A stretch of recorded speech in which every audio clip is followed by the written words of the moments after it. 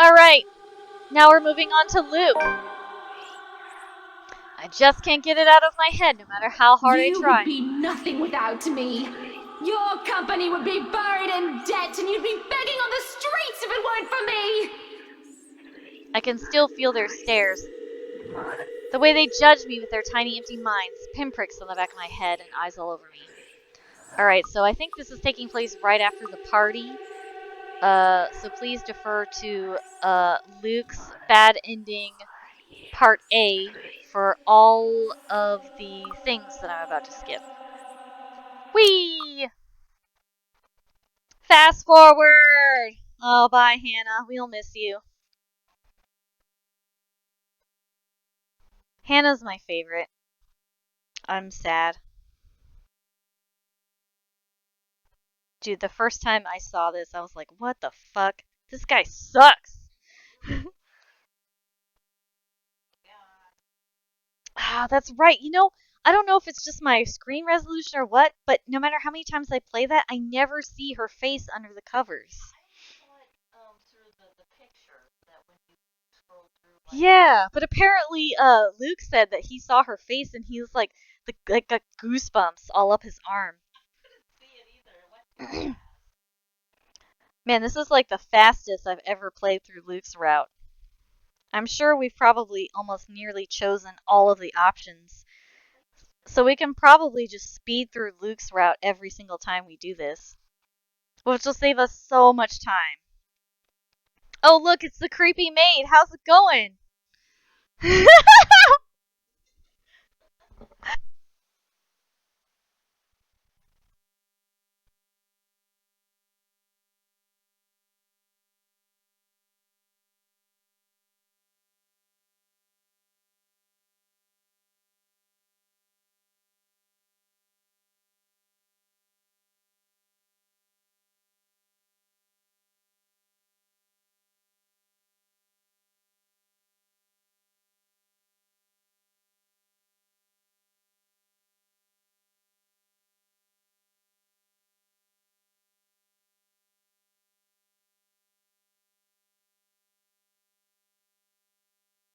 Oh, yeah, and we're not going to find Marianne's dead body. Which will be good because finding her dead body was so creepy. I hated it. Oh, here we go, and now we're back to where we left off. Only my footsteps echo along the dark passage, and I'm left gripping the handle of my pistol for some sort of comfort. Without proper lighting, with the storm still raging outside, the stories I've heard about this place seem to have some truth to it. Some. If I'm reaching and wish to entertain myself for a bit, I'll say there might also be ghosts whispering in my ears, calling. Of course, it's just the wind and the trees rustling outside. Nothing good will come of allowing these thoughts to linger when problems are piling up in front of me one after another, especially what greets me once I get to the foyer. Though it's dark and the large windows illuminate the area much more easily than any of the other rooms. And from where I stand at the top of the stairs, I can easily make their forms, recognize them even. It's all gone crazy when these intruders come into my home. I'm no stranger to a cop playing dirty. The smart ones knew that neither life nor criminals are going to play fair. But Daisy? What will Kylie think of her Miss Pink if the poor tyke finds out about this? Not to mention Mint. Hannah trusted her.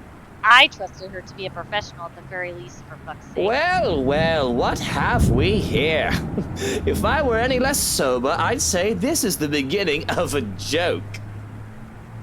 Bloody trespassers! What is wrong with these people? Did they really think I'll be fine with them walking into my home like this? What are they even doing here? If I didn't know any better, they might as well be behind Hannah's disappearance. That's right, my love. It must have unloaded. Make them pay. And it better be a good one. For all the wrong they've done to us. Or a bullet to the head is the least all of them will deserve. I don't make a habit of harming women, of course, but this is just crossing the line. Let's see.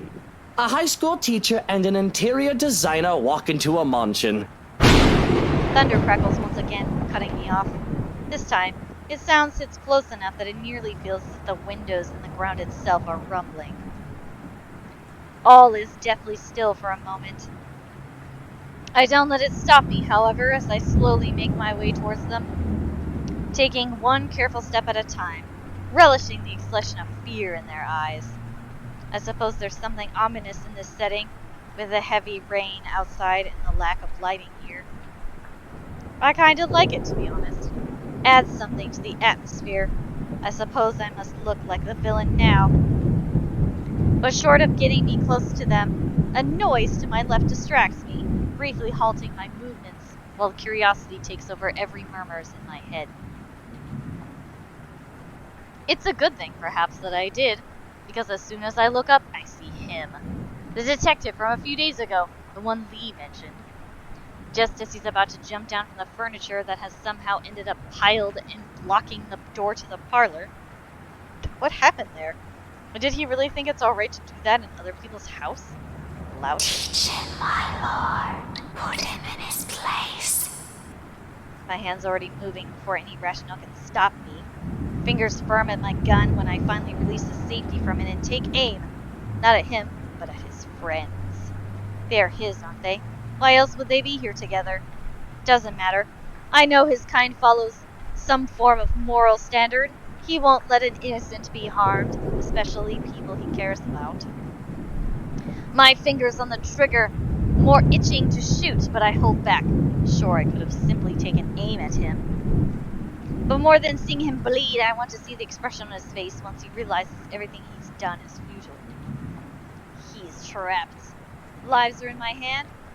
His life's in my hand. Had I known there would be a party in my own home tonight, I would have opened a bloody bottle or two. People these days, in my own home. Can you believe it? I feel so left out. I can tell the exact moment the realization dawns on him. A short second, his body freezing and blood draining from his face as soon as his feet hits the floor and he looks up. He's already prey. Trapped by his own recklessness. Pathetic. And really, Daisy, even you, what would Kylie say? Luke, this isn't what you're thinking. You have to listen to us. There's something going on here. Well, obviously, why else would people be trespassing in my home? What's your excuse? Checking on Tio, Luke? Is this an evaluation you teachers are so fond of? Is that it? Is this what this is? I'm doing good, by the way. Kylie just paid a visit yesterday. Lots of drawings involved. Luke, please. Oh, please, what? Just this once. Will you listen to what people are telling you? You need to leave this place as soon as you can. Tut, not a good enough excuse, darling. You people are the ones who need to get out of my sight. Don't worry, I might consider pressing lighter charges for the woman. Can't say the same for Feathers here, though. But really now. I swear, people need to stop breaking into my house! This is how you want to start the week. Why don't we just go with a bloody massacre if we want to surprise people in their homes, huh?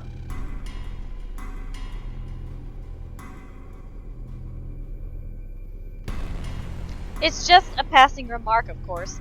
I'm not stupid enough to do something that'll bring negative attention to me. Reputation and all that, I just can't risk it.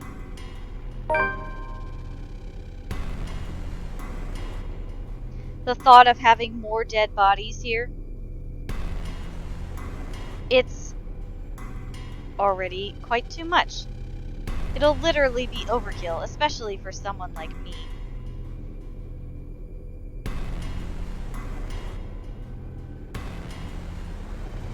Nevertheless, joke or not, Feathers wastes no time drawing his own gun at the wave of my own.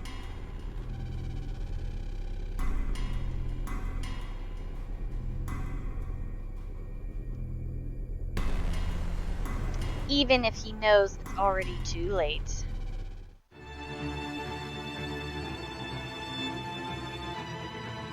Still, he glares at me. Still, he fights back. Now, Feathers. Manners. You're in no position to be pointing that gun at people. There's no desperation in it like I'm hoping. Just an annoyance, flickering shortly before being hidden underneath a challenge. The likes of him are the kind of people I hate the most. Even with their failures already glaring down at them, mocking every worthless move they make, they have the impudence to stare people in the eye. Why don't you put yours down first, and then we'll talk about manners. Oh, he talks back. The gall! You know, your kind pisses me off so much. Annoying most of the time, like a damn pest you can't be rid of. But to some degree, it is commendable. I'll give him that. After all, we're almost the same in that regard. Almost. I'm still the better person, of course. Sure, Luke. Whatever you say. He tells me to put the gun down, but I see no reason why I should. I'm a homeowner. In the defense of my own home, I have the right to, I'd like to think. Questionable permit of firearms aside. It's not like I wanted this, but I'm already high-strung and their presence does not help. Bloody peasants. I can never seem to figure out how their minds fully work. Take this one, for example. Despite the pride brimming in him, how he matches my glare with one of his own. He simply lowers his pistol after a long second, not in surrender. The tense set in his shoulders tells me as much, but the closest he can get to lowering his own ego in favor of something I can't quite place. Interesting. Gotta admit, I'm almost disappointed. As you should be, my lord.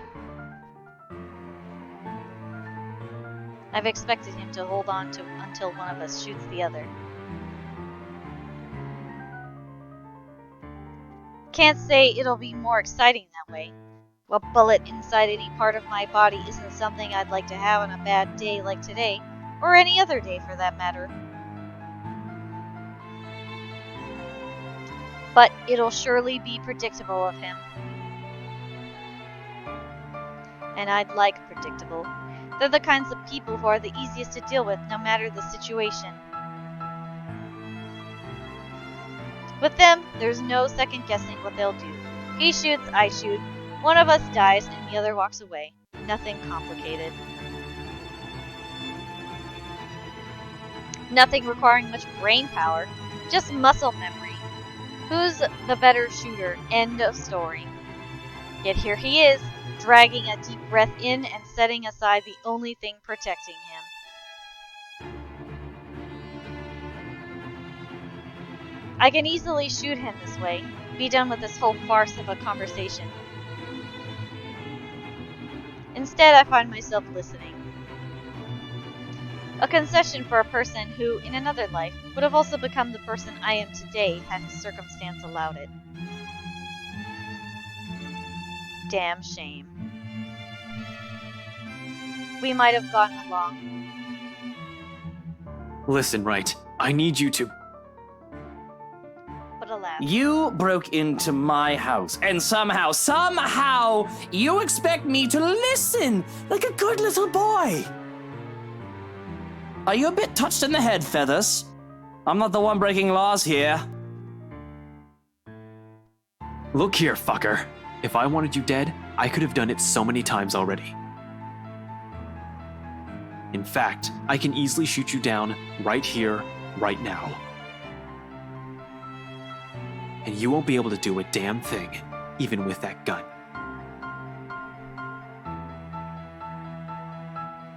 A meeting of two prideful blokes will never go well, whichever lifetime it is.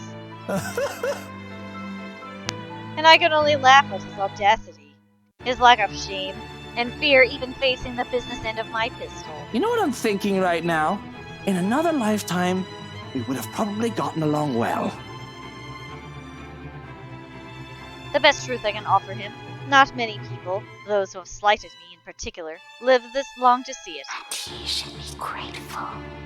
You're already gracious enough, allowing him to stand in your presence like this.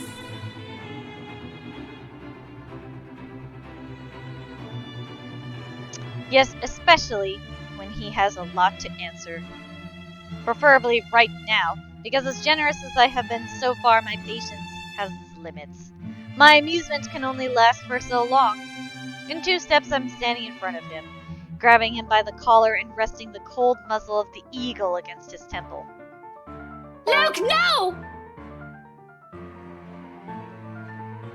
He'll end up a pretty smear on the wall this close. Teach this loud a lesson. What is it that you people really want with me? This is the 3rd time this week, and I'm really getting weary of this little game. Did the NCA send you to apprehend me? Or has somebody paid you off to kill me? Which one is it, Feathers? Mind you, my arm's getting tired. Better answer quick if you don't want to beat the business end of this gun.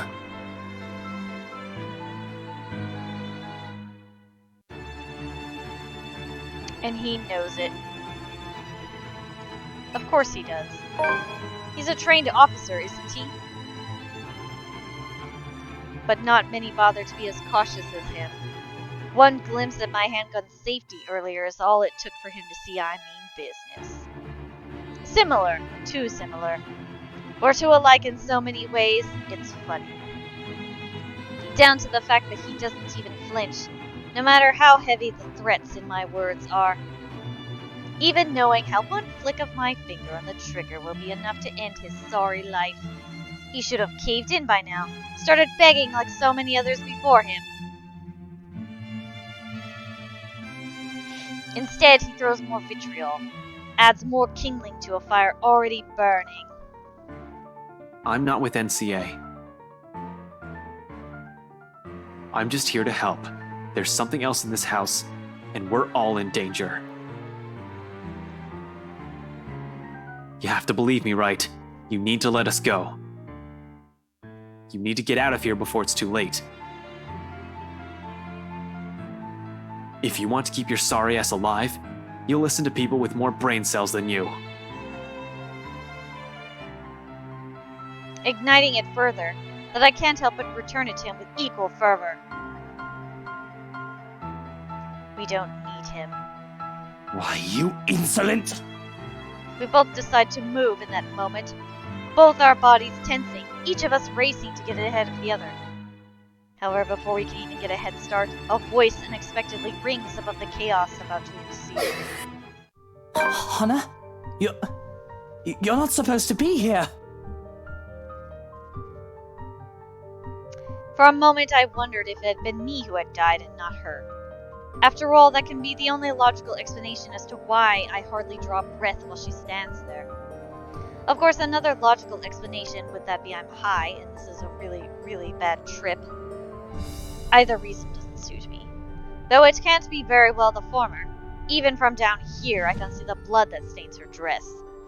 Seeing that makes me feel as if my hands are covered in them once more. Warm and sticky. Sweet and sickly. Oh, Luke, darling, my love.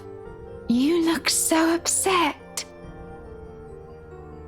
Are you not happy to see me?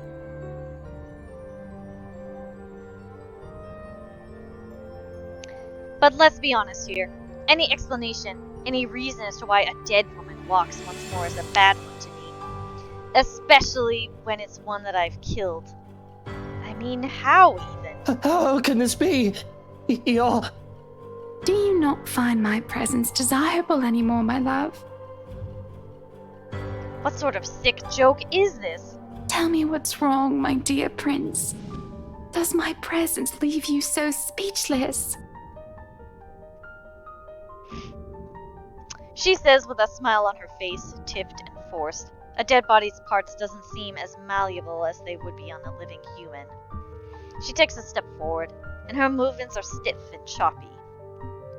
Like a corpse being forced into a position despite the rigor mortis. Like the corpse that she should be. I find my voice once more when she takes a careful step forward. Just the thought of that thing approaching just makes my skin crawl. She stops to listen, fixated on my voice and on my words. No, you're not. You're not supposed to be here. You can't be here. You're dead.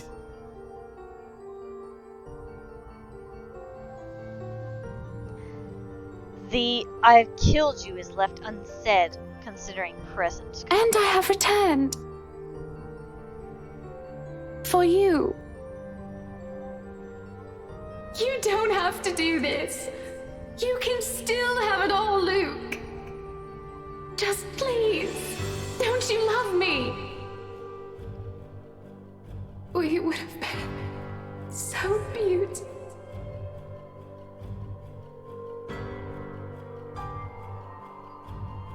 I can still hear her pleas as she begs for me not to be rid of her. Not once have I forgotten this particular crime of my own. No matter how much I wash my hands, I can still see her blood on them. She is dead. That is an irrefutable fact, and nothing short of the devil would bring her back. Why are you acting this way, my love? Does this not make you happy?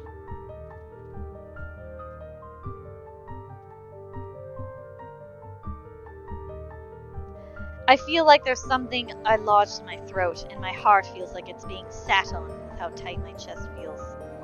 Of course I'm happy to see you again, Hannah. Of course I love you, Hannah, but... How do I know you're... How do I know you're you, darling? Whatever do you mean? You look perturbed. Why not come here? I can make you feel better.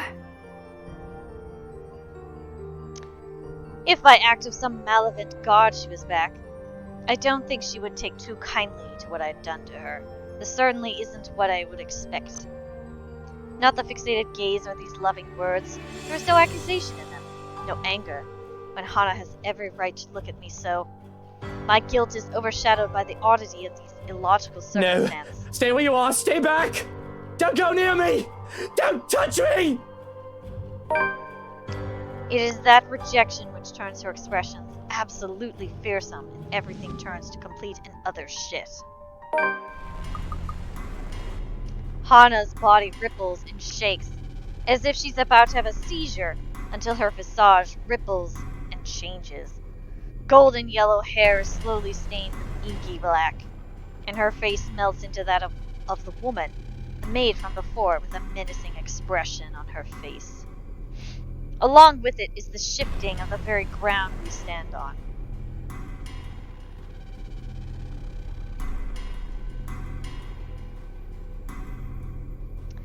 It's a slow thing, a whisper more than a bang as the darkness creeps into every corner of the room.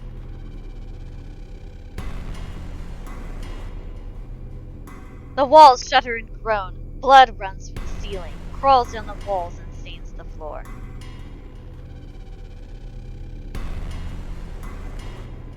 It feels as if life itself is being sucked from the house, slowly but surely. The beauty of the place is gone, and with only the dead, decaying remains of a mansion left in its wake. I don't have to wonder if it is just the foyer that's become this nightmarish place. I can already hear it. Gone are the growling of the thunder and the lashings of the rain, and the wind against the foyer's high winds. All of it has been replaced by a mere grating sound. A cacophony of voices from nowhere, everywhere echoing throughout the now horrid walls. A voice that never belongs to us nor the people who live. What's going on? Help! Please! All throughout the house, shouts of alarm, surprise ring out, mirror to the horror creeping up at each of us. Who wouldn't be shocked? This is insane. Even Daisy, feisty woman that she is, trembles at the sight of it, while Feathers stands protectively in front of her. Brave of him, I have to admit, to put himself into the front line like that, though it doesn't necessarily mean he doesn't feel the same fear as the rest of us. You're boo, dude! Way to jump in as shit gets creepy. Something I don't him them for? I feel like there's a different word I'm supposed to know. There seems to be no end in sight to this insanity. If anything, this only feels like it's the beginning of the end. Help me! Oh my god! Please, somebody! Anybody! Who are you? Stay away! No. Stay away! Stay away! No! She's here! You've gotta let me out! She's gonna kill me! Someone! She's... We would have been so beautiful. We're all in danger. I thought you were my friends. Why don't you believe me?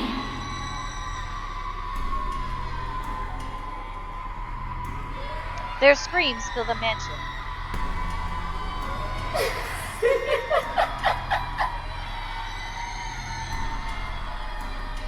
She laughs all the while, a harsh, agonizing sound that goes on for what feels like forever.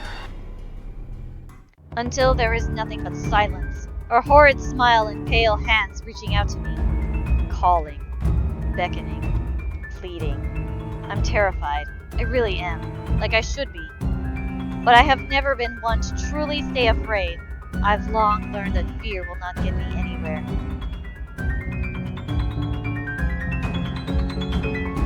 Cowering in a corner doesn't keep me safe, and it will not keep me alive, not like rage does. I've learned to use this burning hate inside of me to survive. There is no difference now. Stay away from me! Why do you wish to leave? This is where you belong, my lord. Remember the blood you shed. The very same one that now taints this house, along with many others. I did not do this, you lie! I did nothing! What of her then? Your wife? Your sunshine? Doesn't her blood already stain these halls? Stain your hands? Damn it, right. I knew you were dirty, but... She's lying! The word sounds so familiar. Just a few days ago, I spotted the same ones as that vile woman who ruined everything. They were one for that munter, that harlot. But it's no use. A seed has already been planted in their heads. Defending myself, especially against the likes of them, is pointless. Bloody hell, even Daisy's now looking at me with the same revolting stares people haven't given once they know my dirt. So it's true then? With Hannah? Hannah, Luke? I don't know what she's talking about. Are you that gullible, Daisy? Do you really believe the words of a murderer? Now you deny it. Pointing fingers, aren't we? You see, my love, no difference. No difference, you and I. Just like the rest of us. Just like every single soul in this putrid wreck. We've waited for so long. You can hear them, yes. Their pleas. Their calls. Their invitation. Come, my lord. The house seeks its master.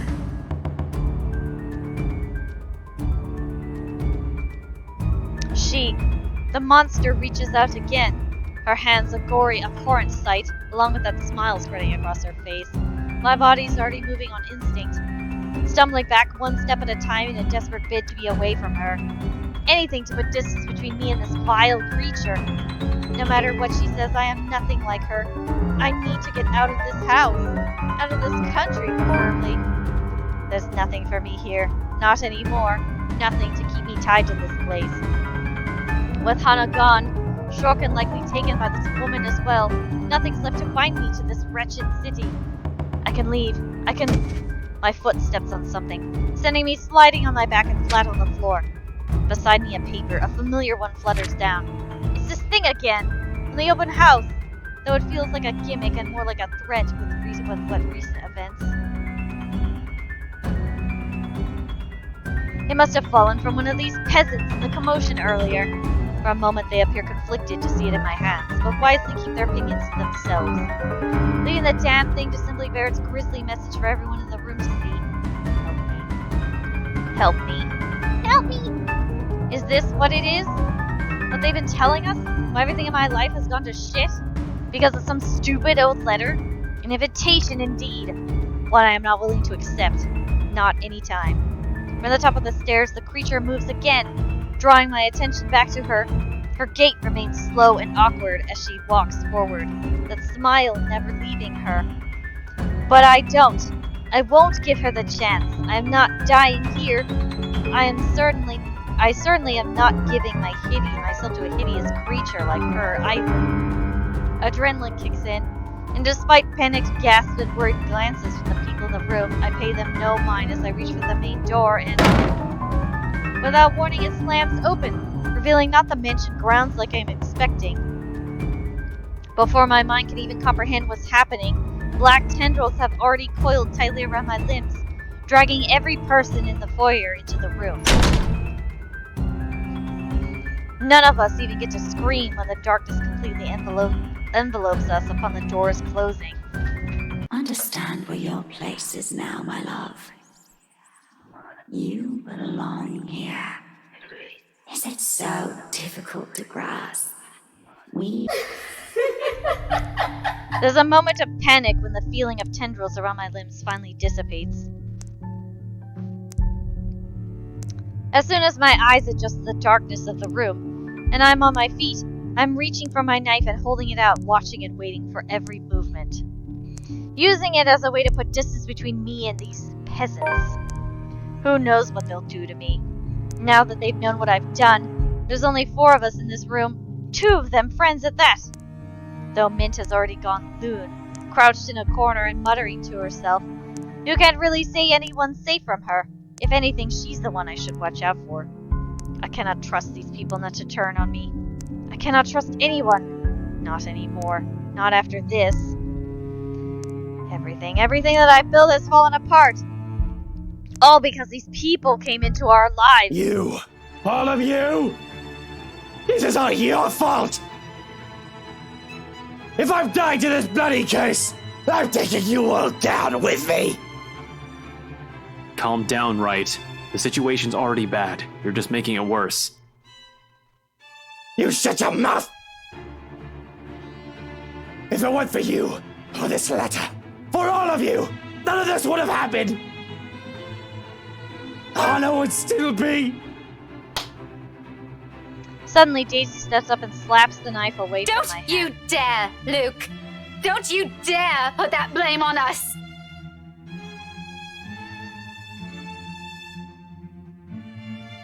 Without batting an eye, glaring at me as if she might just rip my head off this instant, said knife slides uselessly under the table and out of my reach. I should have expected. She's not the kind to submit even under threat. Right now, all of us appear smaller facing her anger. Last I checked, we're not the one whose hands have been stained with his wife's own blood! The gall of these people. My head's already aching just listening to their attempts to defend themselves. Do they all take me for someone with half a brain? I should have just stabbed all of them and made a run for it. It doesn't help that with each second we spend talking here, the crazier this whole place gets. One of us here in particular, amidst the foyer, Mint suddenly stands. I've almost forgotten she's here, for her ramblings have faded away in the shouting. And without warning, she snatches the paper out of my hand. It's a miracle it didn't rip right then and there. But the way she glares at it, I think she may want to do exactly that. It's this thing's fault! We should have gotten rid of this thing! We should have burned it at the first opportunity we got! There were children! Victims! All because they had no idea what this thing will do to them! Oh God, those poor souls! They were screaming and begging before she... This cursed thing has to go!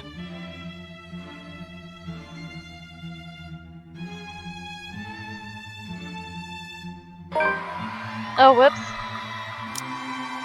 She's losing grip with reality, she is. A crazy woman is the last thing I want to deal with, for fuck's sake. The whole world has already gone bonkers as it is. The voices have also become louder, and somehow sounding more vicious.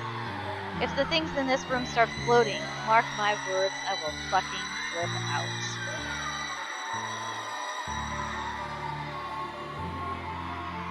And they may not be thinking of it right now, but eventually they'll turn on me. Such is the nature of humans. I can't let that happen. Fuck, I still have so much to do. I better find a way out of this place. As soon as possible if I want to stay alive. And what else is the source of our problem with that sodding letter? Burning this doesn't seem sound, but who knows? We don't understand a shit about this place. Might as well try everything. Mint may have a point as questionable as her judgment is right now. Whatever works. If I also have to be the one to make that bloody decision, so be it. It's an easy decision to make, especially with these cries growing louder. I'm getting tired of it, really. I simply have to act fast, think fast. And what else is the root cause of our problem with that letter? No need to make things more complicated. It started from there once and end there. If what Mint says is true, then there's all the more reason to destroy it. Put an end to this madness before anyone can think of passing it on to someone else. Before this situation can stretch on too far from my taste, I snatch the glass. Give me that.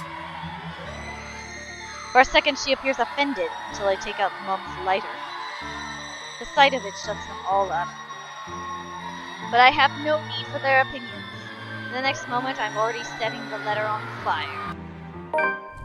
And it doesn't take long for the thing to catch fire. It's old, for heaven's sake. Though I make sure none of the ashes end up on anything flammable, it'll be an inferno inside the study with all the books and documents stored here. Not that a big flame's anything to worry about in this case. In fact, in a matter of minutes, the damn thing has turned to ashes on the floor.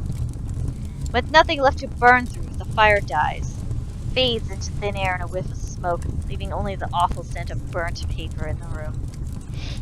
But as the last of the paper turns to cinders,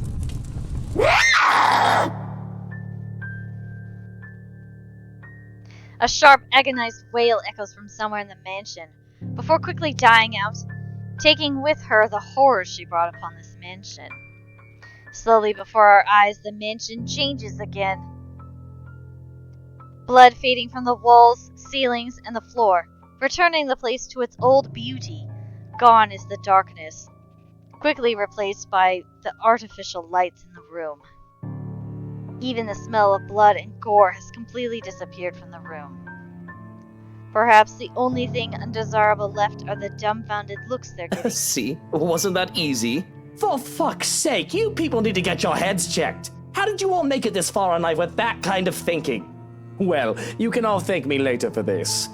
You may now show yourselves out of my property before I call the police on you simpletons. I walk out of the study without a single glance back at them, more eager to finally get fresh air. They can find their own ways out of this place, I'm sure. I better not catch them here again, though, or I will not be happy. Outside there's only silence. Deafening, still. The same hush that comes after a terrible storm has swept the countryside. And with it, from the wide open windows, is the sight of the sun rising above the horizon. Ever so slowly, the sky begins to lighten before my eyes. darkness giving way to the warm morning hues, soft rays spilling over the vast expanse of Luxborn's countryside. Nearby, the trees sway and rustle with the breeze, a passing draft that carries even into this room from outside, cold enough to make me shiver. The remains of a storm that has passed. In the distance, I can hear the soft chirping of the birds, while the rest of the world stirs, quakes. Dawn at last. We are free.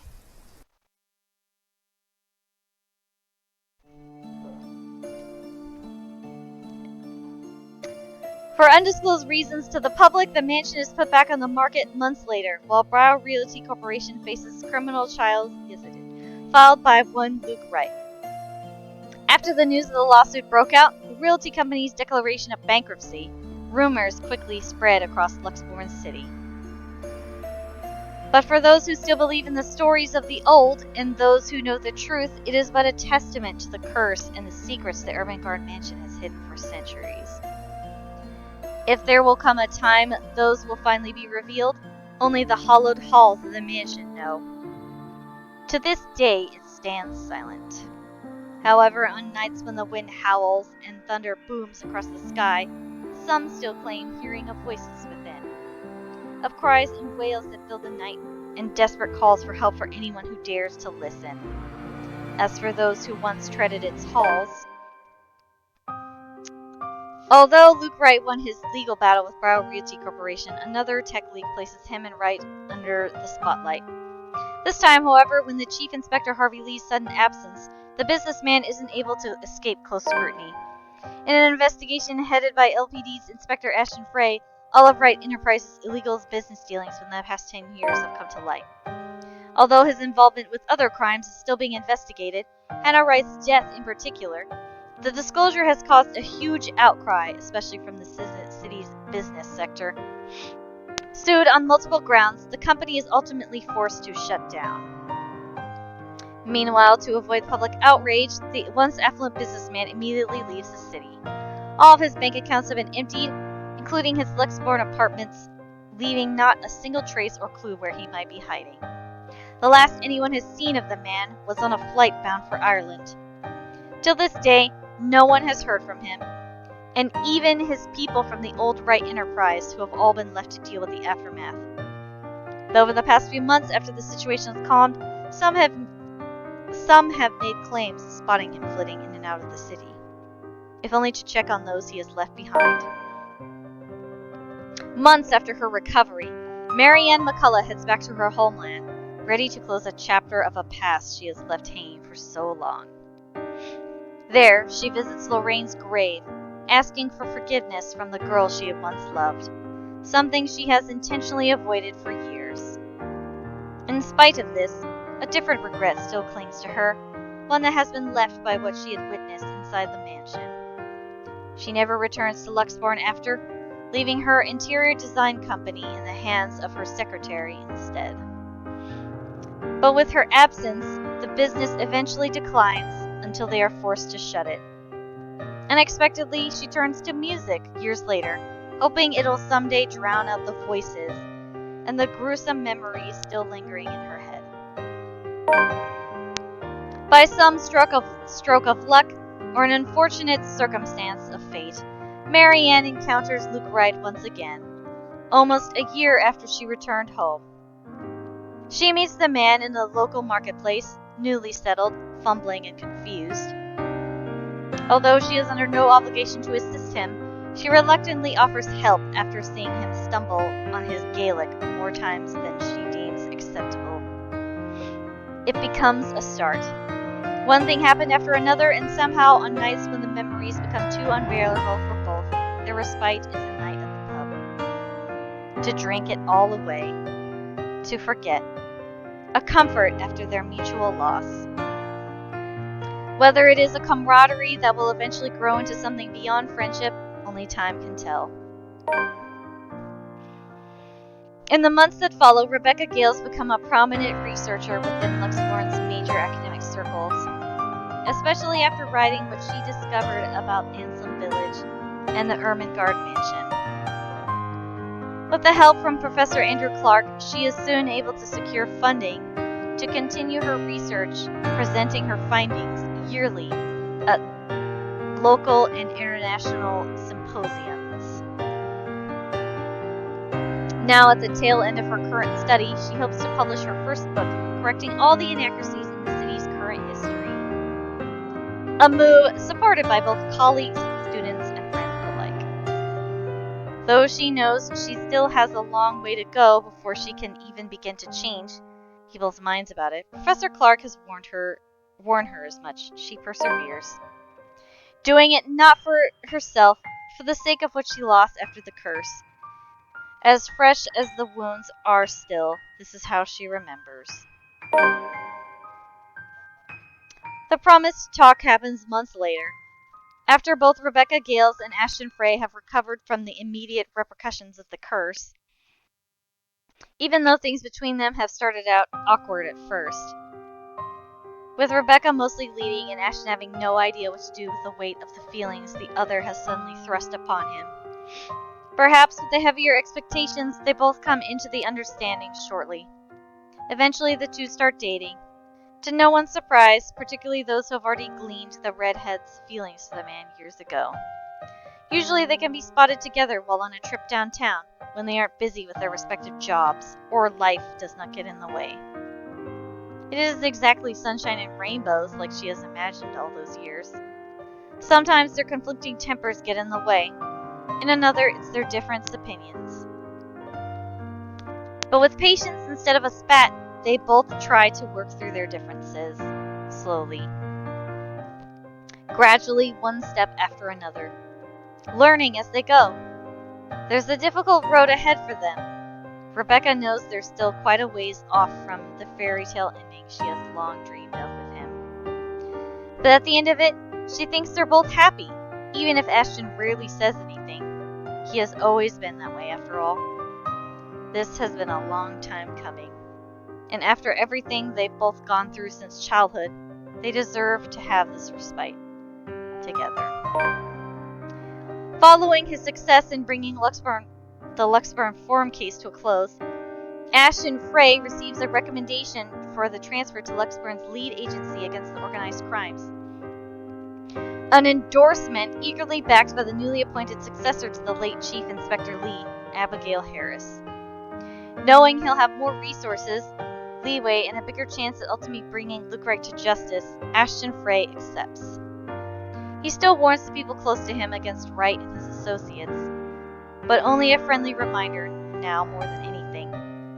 Though he does worry, he believes they are wise enough to know what they are doing and trusts their judgment.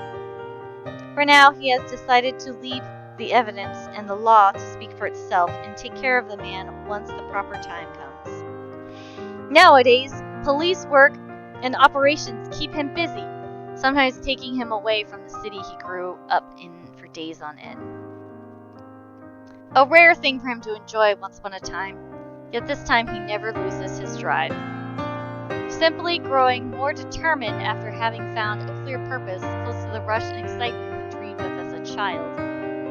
Although Ashton still keeps mum about the specific details of his work, his experience with the curse slowly taught him how to open up, especially to those who he knows that genuinely care for him. He still has a long way to go, he knows that, but for the sake of the people who are still with him, those who have chosen to stay, as well as what he lost, he hopes that there will come a day when he no longer has to hide behind his own lies. A day when he is no longer afraid of facing the truth in his own words.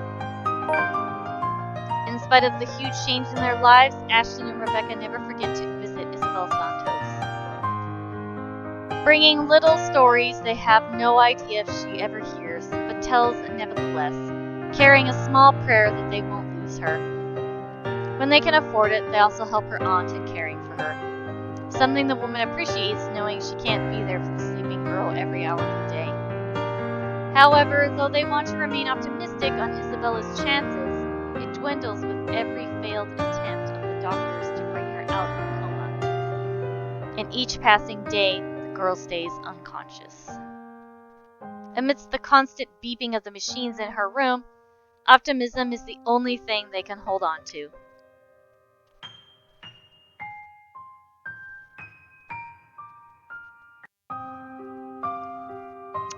And it's over! Yay! We did it! And look at that, I completed 4 chapters in 7.5 hours. Yeah, all that fast forwarding really helped. Well, good night, everyone. Thanks for sticking around for so long, and I'll see you tomorrow for Persona 4. Yay! Bye!